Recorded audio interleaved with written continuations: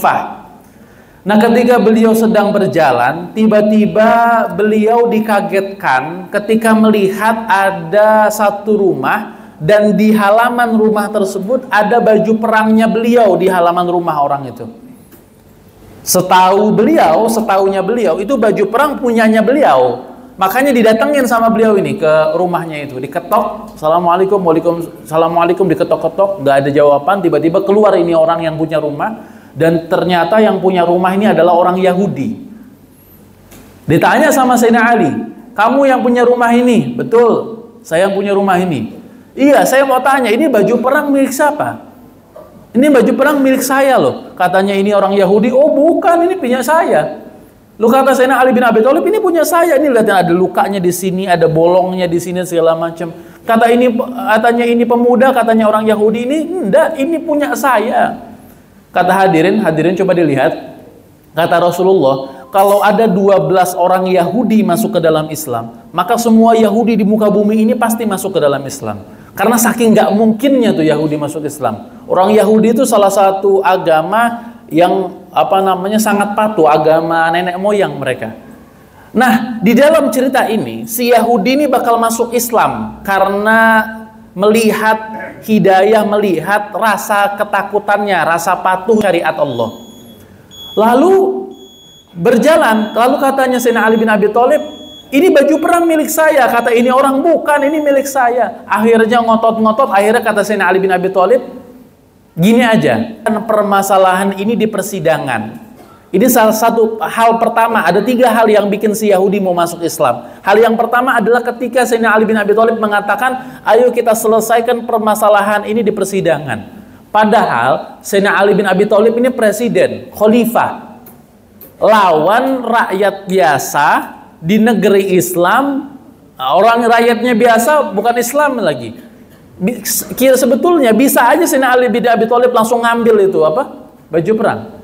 Tapi enggak, kata beliau, mari kita selesaikan di persidangan. Sudah, jalan ini mereka berdua. Pas di perjalanan sampai di pasar itu semua orang nggak ada yang salaman sama siapa? Sama Sayyidina Ali bin Abi Thalib.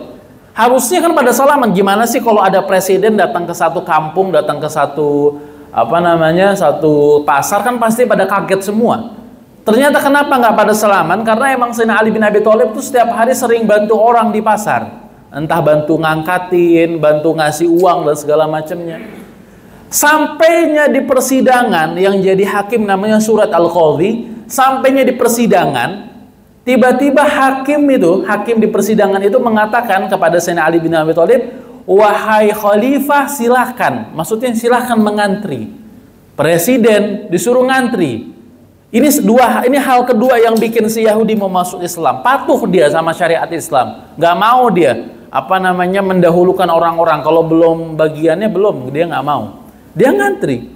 Dan ketika sudah bagiannya, ditanya sama hakim, wahai khalifah, ada apa nih sore-sore kesini? Iya, ini tadi saya lagi jalan, terus saya ngelihat ada baju perang saya di rumahnya ini orang. Saya yakin baju perang ini milik saya. Kata hakim, kamu ada saksi nggak yang menyaksikan bahwasannya baju perang ini milik kamu? Katanya ini orang, nggak ada. Ada sih, paling cuma 3 orang. Siapa? Anak saya Hasan Hussein dan istri saya Fatimah. Katanya Surat Al-Qadhi, katanya hakim, wahai Sayyidina Ali, kamu kan tahu sendiri anak nggak bisa jadi saksi buat orang tuanya karena bakal bela-belaan itu nanti.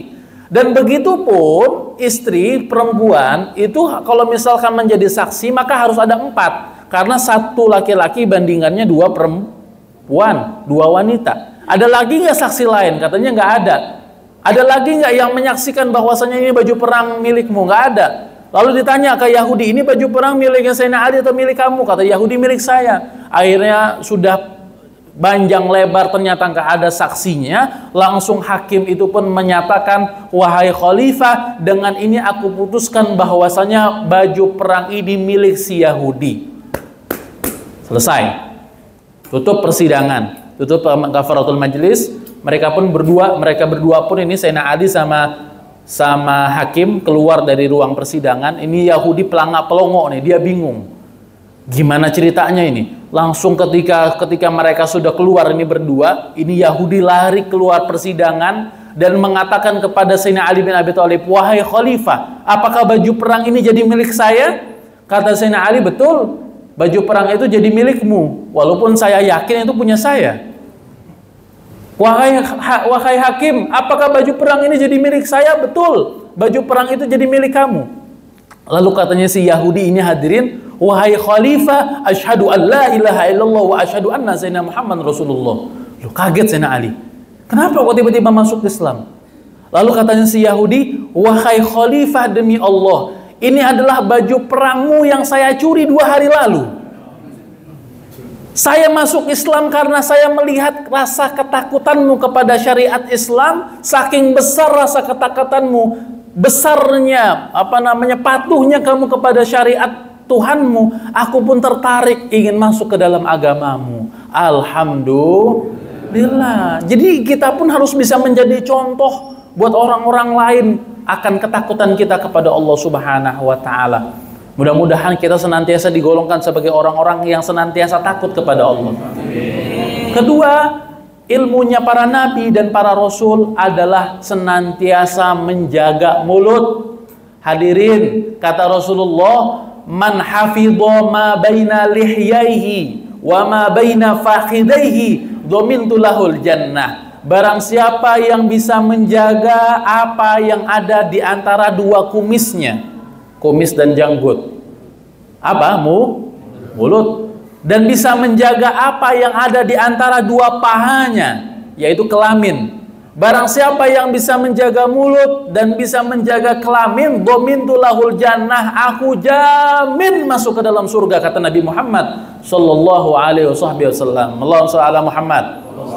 Hal yakubun nas ala ujuhihim au ala manakhirihim illa hasoid alsinatihim, kata Nabi Muhammad. Berapa banyak orang-orang yang masuk ke dalam neraka, mukanya dulu yang masuk. Mukanya dulu yang masuk.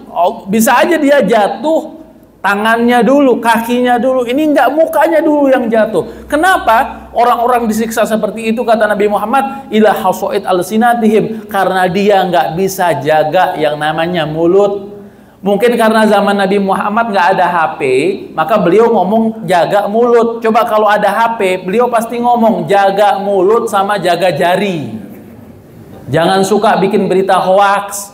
Jangan suka ghibah. Habib, kalau ghibah di WhatsApp itu pakai ketikan itu apakah dosa, Habib? Dosa, tetap dosa. Ghibah itu walaupun nggak keluar suara tetap dosa. Dijauhkan, hadirin. Jaga ini yang namanya mulut. Kadang-kadang ada demo di sana di Jakarta, ada demo jutaan orang, ribuan orang. Gara-gara apa? Nggak bisa jaga yang namanya mulut. Yang namanya perut.